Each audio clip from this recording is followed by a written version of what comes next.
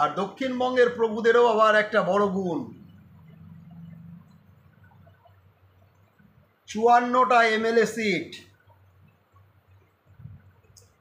294 থেকে 54 বাদ দিলে 240।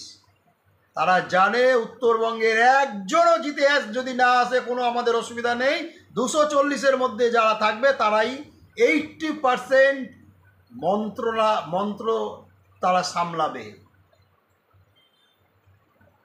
উত্তরবঙ্গ উন্নয়ন মন্ত্রীর মতো একটা মন্ত্রী কিংবা ছিটেফোঁটা দুটো একটা দেওয়া যেতে পারে, সেটা নিয়ে উত্তরবঙ্গের নেতারা খুশি।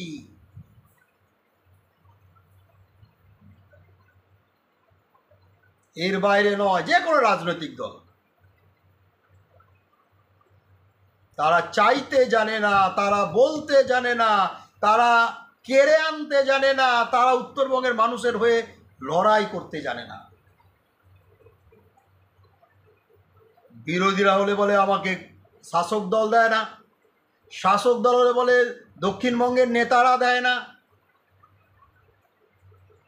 অর্থাৎ উত্তরবঙ্গের মানুষও যেমন দায়ী এই উত্তরবঙ্গের উন্নয়নে পিছিয়ে থাকার, উত্তরবঙ্গের রাজনৈতিক নেতারাও তেমন দায়ী তাদের হয়ে কথা না বলার, উত্তরবঙ্গের প্রশাসনিক কর্তা ব্যক্তিরা দায়ী তাদের এলাকায় উন্নয়ন না করার। অর্থাৎ সামগ্রিক উত্তরবঙ্গে আমরা যারা আছি, আমাদের যে উন্নয়ন হচ্ছে না তার জন্য দায়ী কিন্তু আমরাই।